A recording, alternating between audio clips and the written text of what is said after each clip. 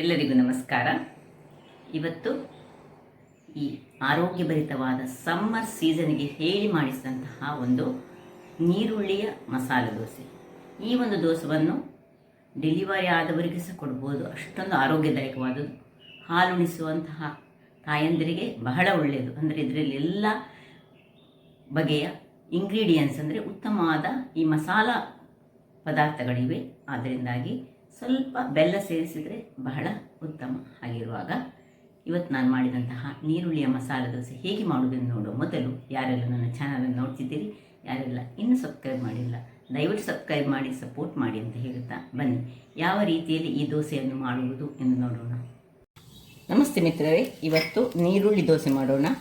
ಸಣ್ಣ ಸಣ್ಣ ನೀರುಳ್ಳಿ ಬರ್ತದಲ್ಲ, ಈ ಕೇರಳ ನೀರುಳ್ಳಿ ಅಂತ ಹೇಳ್ತೇವೆ ನಾವು, ಸಾಂಬಾರು ನೀರುಳ್ಳಿ, ಅದಿದ್ದರೆ ಇನ್ನೂ ಸಹ ಬಹಳ ಉತ್ತಮ. ಒಂದು 5-6 ಇದ್ದರೆ ಒಳ್ಳೆದಾಗ್ತದೆ. ಇಲ್ಲದಿದ್ದರೆ ಈ ನೀರುಳ್ಳಿಯಿಂದ ಸಹ ಮಾಡ್ಕೊಳ್ಬೋದು. ಬೇಕಾಗುವ ಸಾಮಗ್ರಿಗಳನ್ನು ನೋಡೋಣ. ಇಲ್ಲಿ ನೋಡಿ, ಸ್ವಲ್ಪ ಜೀರಾ, ಸ್ವಲ್ಪ ಕೊತ್ತಂಬರಿ, ಒಂದು 5 ಬ್ಯಾಡಗಿ ಮೆಣಸು, ಇದು ಬೆಲ್ಲ ಬೇಕಿದ್ದರೆ ಮಾತ್ರ ಯೂಸ್ ಮಾಡ್ಬೋದು, ಸ್ವಲ್ಪ ಹುಳಿ. ಇಲ್ಲಿ ನಾನು ಒಂದು 4-5 ಗಂಟೆಗಳ ಕಾಲ ಈ ದೋಸೆ ಅಕ್ಕಿ ರಾ ರೈಸ್ ಏನುಂಟು ಅದನ್ನು ಒಂದು 150 ಗ್ರಾಮ್ಸ್ನಷ್ಟು ನೆನೆ ಮಾಡಿ ಹಾಕಿಟ್ಟಿದ್ದೇನೆ. ಅದಕ್ಕೆ 1 ದೊಡ್ಡ ಚಮಚದಷ್ಟು ಮೆಂತೆಯನ್ನು ಸಹ ಹಾಕ್ಕೊಂಡಿದ್ದೇನೆ.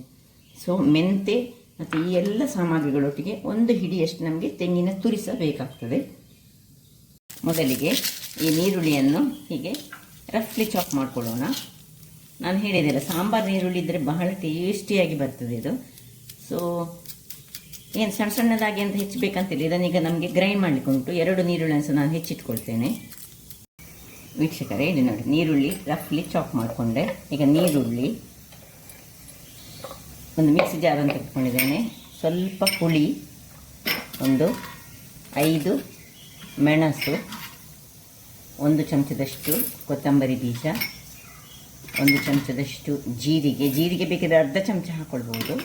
ಇಷ್ಟನ್ನು ಹಾಕಿ ಇದರೊಟ್ಟಿಗೆ ಈ ಮೆಂತೆಯನ್ನು ಏನು ನಾವು ನೆನೆ ಹಾಕಿಟ್ಟಿದ್ದೇವೆ 1 ಚಮಚ, ಅದರ ನೀರನ್ನು ಸಹ ಇದರೊಟ್ಟಿಗೆ, ಅಂದರೆ ಮೆಂತೆಯನ್ನು ಸುರಿಗೆ ತೊಳೆದು ಹಾಕ್ಕೊಳ್ಬೇಕು. ಮೆಂತೆ ಸಹ ಇದರ ಒಟ್ಟಿಗೆ, ಇದರ ನೀರಿನೊಟ್ಟಿಗೆ ಹಾಕ್ಕೊಳ್ಳೋಣ. 1 ಚಮಚದಷ್ಟು ಮೆಂತೆ.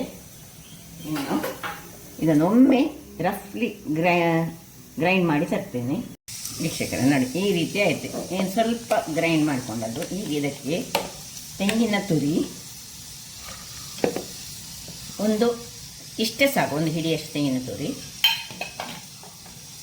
ಇನ್ನು ನೆನೆಸಿಟ್ಟಂತಹ ಅಕ್ಕಿ,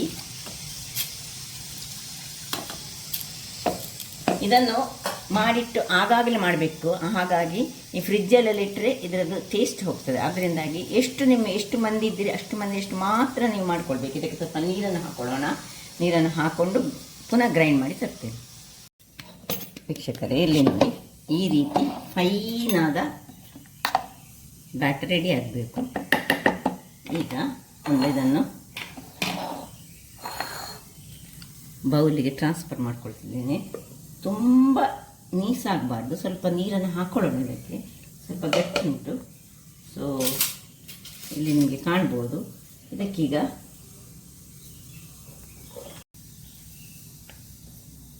ನೀರನ್ನು ಹಾಕ್ಕೊಳ್ತಿದ್ದೇನೆ ನಾನು. ತುಂಬ ನೀರು ಹಾಕ್ಲಿಕ್ಕೆ ಹೋಗಬೇಡಿ. ಇದನ್ನು ಈ ರೀತಿಯಲ್ಲಿ ಮಾಡಿ ನೀರು ದೋಸೆ ಥರ ಸಹ ಮಾಡ್ಬೋದು. ಆದರೆ ನಾನಿವತ್ತು ಬೆಲ್ಲ ಹಾಕ್ಕೊಳ್ತಿದ್ದೇನೆ. ಸ್ವಲ್ಪ ಗಟ್ಟಿಯಾಗಿ ಮಾಡ್ತಿದ್ದೇನೆ ಬೆಲ್ಲ. ಇನ್ನು ಉಪ್ಪು ಆಗಲೇ ಗ್ರೈಂಡ್ ಮಾಡುವಾಗ ಹಾಕಲಿಲ್ಲ, ಇಲ್ಲಾಂದರೆ ಆಗಲೇ ಹಾಕ್ಕೊಳ್ಬೋದು ಗ್ರೈಂಡ್ ಮಾಡುವಾಗಲೇ. ಸೊ ಉಪ್ಪು ಹಾಕ್ಕೊಳ್ತಿದ್ದೇನೆ, ರುಚಿಗೆ ತಕ್ಕಷ್ಟು ಉಪ್ಪು, ಮತ್ತು ಚೂರು ಹಳದಿಯ ಪುಡಿ. ಇಷ್ಟನ್ನು ಹಾಕ್ಕೊಂಡು ಚೆನ್ನಾಗಿ ಕಲಗಿಸೋಣ.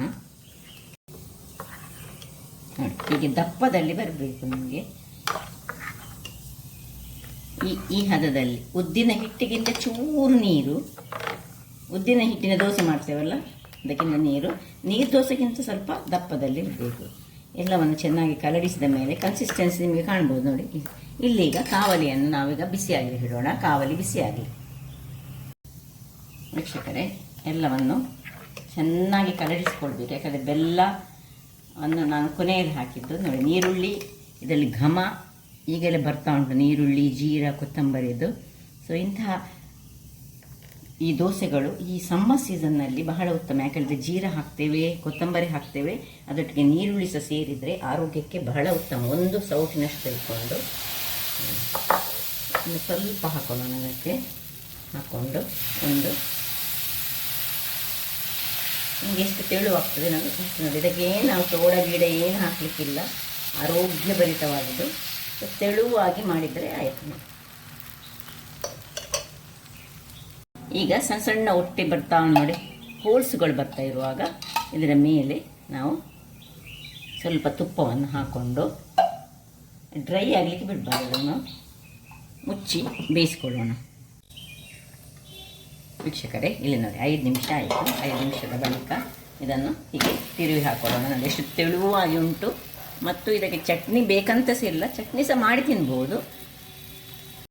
ತಿರುವಿ ಹಾಕಿದ ಮೇಲೆ ಒಂದೇ ನಿಮಿಷ ಸಾಕು. ನೋಡಿ ಏನು ಚೆನ್ನಾಗಿ ಬಂತು ನೋಡಿ. ಅದೇ ರೀತಿ ಇಲ್ಲಿ ನೋಡಿ, ಇಷ್ಟು ತೆಳು ಮಾತ್ರ, ದಪ್ಪ ಮಾಡಿಕೊಳ್ಬೇಡಿ. ಇದು ಒಂದು ಸೌಟು ಸಹ ಸಾಕಾಗ್ತದೆ ನಮಗೆ. ಅದರಷ್ಟಕ್ಕೆ ಅದು ಹೋಲ್ ಬರ್ತದೆ ಇದರಲ್ಲಿ. ಸಣ್ಣ ದೋಸೆ ಬೇಕಿದ್ರೆ ಸಣ್ಣ ದೋಸೆ ಮಾಡ್ಬೋದು, ದೊಡ್ಡದು ಬೇಕಿದ್ರೆ ದೊಡ್ಡದು ಮಾಡ್ಕೊಳ್ಬೋದು. ಸ್ವಲ್ಪ ತುಪ್ಪ ಹಾಕೊಳ್ಳೋದು, ಮುಚ್ಚಳವನ್ನು ಮುಚ್ಚಿಕೊಂಡು ಬೇಯಿಸ್ಕೊಳ್ಳೋದು. ವೀಕ್ಷಕರೇ, ಇಲ್ಲಿ ನೋಡಿ 2ನೇ ದೋಸೆ ಸಹ ರೆಡಿಯಾಗಿದೆ. ಈಗ ನೋಡಿ, ಈಗ ತುಂಬ 2ನೇದು ಮಾಡುವಾಗ ಒಳ್ಳೆ ಹೋಲ್ಸ್ ಎಲ್ಲ ತುಂಬ ಬಂತು.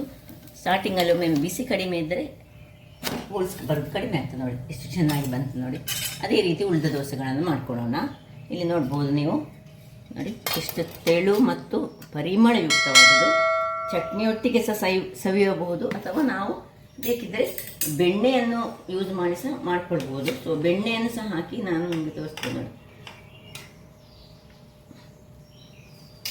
ಸೊ ಆರೋಗ್ಯದಾಯಕವಾದ ಸಮ್ಮರ್ ಸೀಸನ್ಗೆ ಹೇಳಿ ಮಾಡಿಸಿದಂತಹ ಒಂದು ನೀರುಳ್ಳಿ ಹಾಗೂ ಎಲ್ಲ ಮಸಾಲೆಗಳಿಂದ ಕೂಡಿದ ಮಸಾಲ ದೋಸೆ ರೆಡಿಯಾಗಿದೆ. ಮಸಾಲ ದೋಸೆ ಹೇಳಿದರೆ ನಾವು ಉದ್ದಿನ ದೋಸೆ ಅಲ್ಲ, ಇದು ಖಾಲಿ ಕೇವಲ ಉದ್ದನ್ನು ಬಳಸಿ, ಮೆಂತೆಯನ್ನು ಬಳಸಿ ಮಾಡಿದಂತಹ ದೋಸೆ. ಹಾಗಾದರೆ ನನ್ನ ಈ ಕುಕಿಂಗ್ ಚಾನಲ್ ನಿಮಗೆ ಇಷ್ಟ ಆದರೆ ಬೋಳೂರು ಸುವರ್ಣ ಚಾನಲನ್ನು ಲೈಕ್ ಮಾಡಿ, ಶೇರ್ ಮಾಡಿ ಹಾಗೂ ಸಬ್ಸ್ಕ್ರೈಬ್ ಮಾಡಿ, ಹಾಗೂ ನನ್ನ ಇನ್ಸ್ಟಾಗ್ರಾಮ್ ಪೇಜನ್ನು ಫಾಲೋ ಮಾಡಿ. ಧನ್ಯವಾದಗಳು.